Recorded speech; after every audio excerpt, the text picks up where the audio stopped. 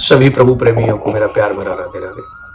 इस वीडियो में सभी सनातनी बड़े ध्यान से सुनेंगे। इस वीडियो में हम चर्चा करेंगे देवसैनी एकादशी के विषय में। और हाँ, सबकी जो परेशानी है, प्रॉब्लम है कि लक्ष्मी घर में टिकती नहीं है, आती नहीं है, इसके संदर्भ में भी देवसैनी एकादशी के दिन हम क्या कर सकते हैं, ये मोस्ट इंपॉर्टेंट आपके लिए वीडियो होने वाला है। तो आप सबसे मेरा निवेदन है कि आप जो व्रत करते हैं वो भी, और जो व्रत नहीं भी करते हैं, वैसे करना चाहिए फर्स्ट ऑफ ऑल कि हम लोग व्रत करें। नहीं भी करते हैं तो ये उपाय आप अवश्य करें, जिससे आपके परिवार, सनातनी परिवारों में सुख समृद्धि बनी रहे। तो ये बहुत आवश्यक एक वीडियो है। इस वीडियो को देवसैनी एकादशी से पहले, देवसैनी एकादशी आषाढ़ मास की शुक्ल पक्ष की एकादशी को हे कृष्ण किस रूप से, किस नाम से जाना जाता है, क्या उसका फल है, कृपा करके हमको बताइए, ऐसा धर्मराज ने कहा। तो भगवान श्री कृष्ण ने कहा, हे धर्मराज, जो प्रश्न आप कर रहे हो यही प्रश्न एक बार देवर्षि नारद ने ब्रह्मा जी से किया था। और ब्रह्मा जी ने जो कथा सुनाई थी वो मैं तुमको सेम वही कथा सुनाता हूं। एक बार पूर्व में एक राजा हुए जिनका नाम था मांधाता। उनके राज्य में अकाल पड़ गया था, बहुत तगड़ा, 3 साल तक बारिश ही नहीं हुई थी। तो अकाल पड़ गया। जब अकाल पड़ गया तो उन्होंने जाके, एक ऋषि थे अंगिरा, ब्रह्मा जी के पुत्र हैं, उनसे पूछा कि मेरे राज्य में क्या होगा। तो उन्होंने कहा कि देखो, ये सतयुग है, यहाँ छोटे से पाप को भी बहुत बड़े रूप से दंड मिलता है। ये सतयुग है ना। कलयुग में, ध्यान से सुना, ये भी बात मोस्ट इंपॉर्टेंट है, सतयुग में छोटा पाप करोगे तो उसका दंड भी बड़ा मिलेगा। और कलयुग में बड़े से बड़े पाप को भी परमात्मा इसलिए क्षमा कर देते हैं कि कलयुग का प्राणी है, छोटा सा दंड देते हैं। तो इसका मतलब है, बड़ा सत्कर्म, अगर छोटा छोटा सत्कर्म भी करेंगे, एकादशी का व्रत करेंगे, तो सहज में हमारा कल्याण हो सकता है। इसका मतलब नहीं पाप खूब करो, पाप करोगे तो छोटा भी दंड मिलेगा। तो कलयुग में वो लोग बड़ा दंड सहने योग्य थे, सतयुग में हम लोग छोटा, वो कोरोना भी नहीं सह पाते, समझ रहे हैं ना। तो इसलिए पाप से निवृत्ति, दूरियां बना के रखें और अच्छाई को ज्यादा से ज्यादा करें, जिससे कलयुग में छोटा नाम आधार, छोटा सा नाम जपो और कल्याण हो जाएगा। इतना बड़ा फल लाभ है कलयुग में। तो इसलिए बोले, तुम्हारे राज्य में कोई ना कोई कार्य तो ऐसा हो रहा है जो नहीं होना चाहिए। तो उन्होंने बताया कि कुछ ऐसा हो रहा है। तो बोले, महाराज मैं क्या करूं उस प्रजा को दुख से बचाने के लिए। चारों तरफ त्राहिमाम मचा हुआ है, अकाल के कारण लोगों को कष्ट सहन करना पड़ रहा है। तो उन्होंने कहा कि देखो, आषाढ़ मास की शुक्ल पक्ष की जो एकादशी है ना, जिसे देवसैनी एकादशी कहते हैं, तुम उसका व्रत करो। तुम उसका व्रत करोगे तो निश्चित तौर पर उसका फल मिलेगा तुम्हें। तो राजा ने ऋषि के कहने से व्रत किया, एकादशी का, देवसैनी एकादशी का व्रत किया। तो व्रत पूर्ण होते ही ऐसी कृपा हुई भगवान की, उन्होंने बड़े विधि विधान से किया, भगवान का अभिषेक किया आदि आदि, और फिर रात्रि में जागरण किया और जागरण करके भगवान को मनाकर भगवान की ऐसी कृपा हुई, मूसलाधार बारिश हुई। और राजा ने जिस उद्देश्य से कार्य किया था, तो वो कार्य क्या था, उद्देश्य क्या था? उद्देश्य ये था कि मेरे प्रजा का जो कष्ट है, अकाल के रूप में पड़ा हुआ है, जो भोजन इत्यादि की व्यवस्था नहीं हो पा रही, वो दूर हो जाए। तो बारिश हुई और वो सब दूर हो गया। इसका मतलब है, जो मैं उपाय बताने जा रहा हूं आपको, कि आपके घर में लक्ष्मी आए और टिके, उसका फल ये देख लो, ये कथा भी यही हमको बता रही है।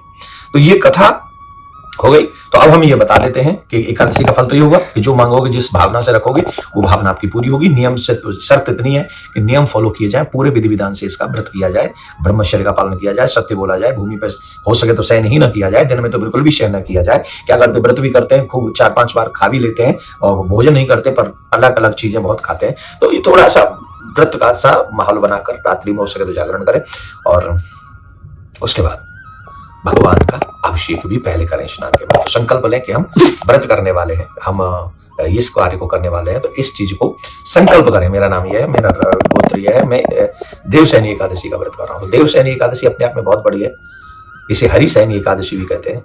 भगवान नारायण 4 महीने के लिए विश्राम करने जा रहे हैं, जिसे चातुर्मास कहते हैं। साधु संत यात्रा भी बंद कर देते हैं इन दिनों में शुभ कार्य करना बंद कर देते हैं। और हाँ, एक बात है, यात्रा भी नहीं करनी चाहिए इन 4 महीनों में। लेकिन ये सारे तीर्थ जो है 4 महीने कहा के बस जाते हैं, बोले ब्रज में आकर बस जाते हैं। तो इन दिनों में ब्रज में वास करने का बहुत बड़ा, ब्रज की यात्रा करने का बहुत बड़ा लाभ होता है।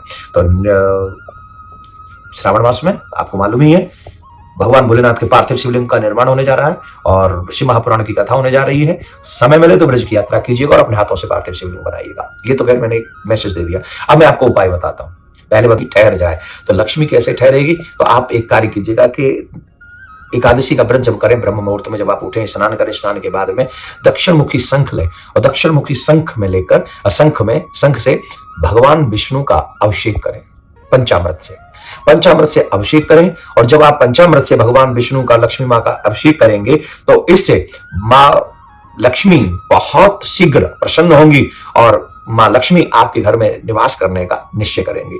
दूसरा और एक उपाय बताता हूं कि जब पूजन हो जाए, पूजन करके माँ लक्ष्मी का, नारायण भगवान का पूजन करके, मीन्स राधा कृष्ण का पूजन करके, मीन्स सीताराम जी का पूजन करके, समझ गए, उनका पूजन करके आप उन पर ₹1.25, या तो ₹1.25 तो मिलेगा नहीं तो ₹11 ले लें, और चांदी का सिक्का हो तो चांदी का सिक्का ले लें, और वो नारायण भगवान के ऊपर, लक्ष्मी जी के ऊपर, राधा कृष्ण जी के ऊपर, प्रियकांत जी के ऊपर ऐसे न्यौछावर करें, और न्यौछावर करके वहीं रख दें। और जब पारायण करें दूसरे दिन, तब वहां से उसको लें और लाल वस्त्र में या पीले वस्त्र में, पीला वस्त्र ज्यादा शुभ है, पीले वस्त्र में लें, भगवान को पीला रंग ज्यादा पसंद है, नारायण भगवान को, तो पीले वस्त्र में बांध कर वो जो धन है वो पोटली ले, और वो जहां आप धन रखते हैं, तिजोरी कहते हैं, खजाना कहते हैं, जो भी कहते हैं, वहां रख दे। इसके बाद धीरे धीरे ये व्रत करेंगे, व्रत का ये फल इसमें आएगा, और ये फल आएगा तो क्या होगा, आपके घर में सुख समृद्धि अवश्य वास करेगी। ऐसा हम संतों का मत बता रहे हैं, ठीक है ना, ये बात ध्यान रखें। अब एकादशी पारायण का समय हम बता रहे हैं 18 जुलाई को सुबह 5:35 से प्रारंभ होगा, और 8:21 तक हम लोग पारायण कर सकते हैं। तो आप सभी देवसैनी एकादशी का व्रत कीजिएगा, ये उपाय कीजिएगा, ज्यादा रिश्तेदारों को ये उपाय पहुंचाइएगा, जिससे उनके घर से लक्ष्मी का जो क्लेश है वो मिटे और वो सुख समृद्धि को प्राप्त करें। माँ लक्ष्मी, प्रियकांत सरकार आपके ऊपर कृपा बनाए रखें, आपके घर में सुख समृद्धि, निरोगी काया को आप प्राप्त हो, ऐसी प्रार्थना करता हूँ। राधे।